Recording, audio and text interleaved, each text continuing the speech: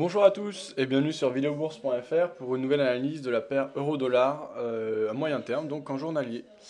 Donc, qu'est-ce qui s'est passé depuis la dernière fois?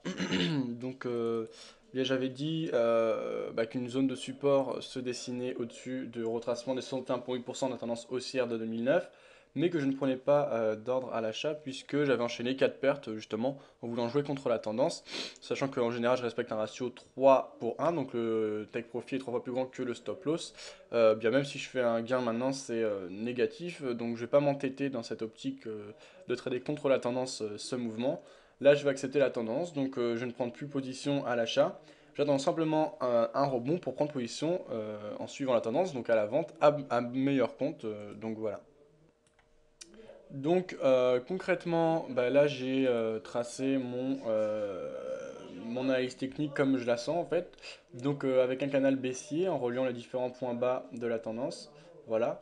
Et la trendline, donc la résistance oblique tracée en reliant les différents points hauts ici. Donc on voit qu'on a eu pour le moment trois grandes vagues et une quatrième qui est en train de se dessiner. Donc une première grosse descente, ensuite une vague de correction, une troisième, là se dessine une nouvelle vague de correction. En général, il y a 5 vagues d'Elliott, pour ceux qui connaissent un peu cet indicateur. Mais moi, ça ne m'étonnerait pas qu'on ait, une fois qu'on sera revenu dans une zone de résistance intéressante, une nouvelle accélération baissière pour aller chercher de nouveau plus bas. En tout cas, ce serait dans la logique et dans le suivi de la théorie des vagues d'Elliott. Là, pour l'instant, c'est pas le moment de prendre position à la vente. En effet, on est dans un range qui est défini entre la trendline, la résistance horizontale que j'ai tracée ici à 1.3789 en blanc et le dernier plus bas, donc à savoir ici. Donc j'avais placé un ordre de toute façon aux alentours des 1.3430. Et donc, tant qu'on est dans ce range, on n'a pas vraiment de tendance établie. On est toujours en tendance baissière puisqu'on est sous la trendline, mais on n'a pas de mouvement clair. Moi, personnellement, pour prendre position à la vente dans une idée de suivi de tendance, j'attendrai un retest clair de la trendline bleue avec un vif rebond, ce qui soulignerait la crédibilité et la fiabilité de cette trendline.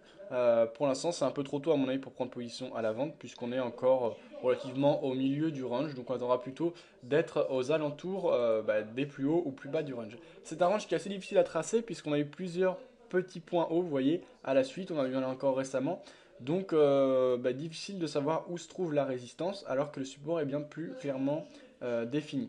Donc, oui, comme j'ai dit, je vais attendre simplement un rebond un peu plus marqué, donc un retest de la trendline, ce serait vraiment l'idéal pour prendre position à la vente en allant chercher des nouveaux plus bas. Donc, je n'ai pas encore d'idée précise concernant l'objectif, je le fixerai au moment venu. Si en revanche on a une forte accélération haussière, qu'on casse nettement la trendline baissière et à la fois la résistance horizontale tracée ici en blanc, je prends une position à l'achat et ça l'ordre est déjà placé, on va le voir ici. Donc vous voyez j'ai un ordre d'achat au niveau des 1.3790, donc dès qu'on arrivera à 1.3790, je prendrai position long en allant chercher les 1.4030, soit un peu en dessous du retracement des 38,2%, donc qui est à mon avis un seuil important. En revanche, si on n'a pas un retest net de la trendline tracée ici en bleu, et qu'on a tout de même une accélération baissière qui s'observe, ce qui est tout à fait possible vu qu'on a pas mal de nouvelles d'ordre fondamental, notamment liées à la Grèce et aux divers pays européens endettés, qui peuvent tomber et donc influencer de manière importante le marché, donc éventuellement définir une orientation moyen terme. Je pense qu'on peut avoir un mouvement brusque sans réelle raison technique. Et donc si on franchit les derniers plus bas à 1.3430, j'ai un ordre de vente placé. Et cette fois, on ira chercher le retracement des 75%, donc toujours de la tendance haussière de 2009. Mes stop loss sont assez serrés, puisque là c'est du trading sur breakout. Donc stop loss très serré avec gros objectifs, c'est environ du ratio 5 pour 1, je pense. Donc un objectif 5 fois plus grand que le risque couru. Donc voilà, autrement, possibilité d'une prise de position manuelle, comme j'ai dit, en cas de retest et de rebond net sur la trendline bleue.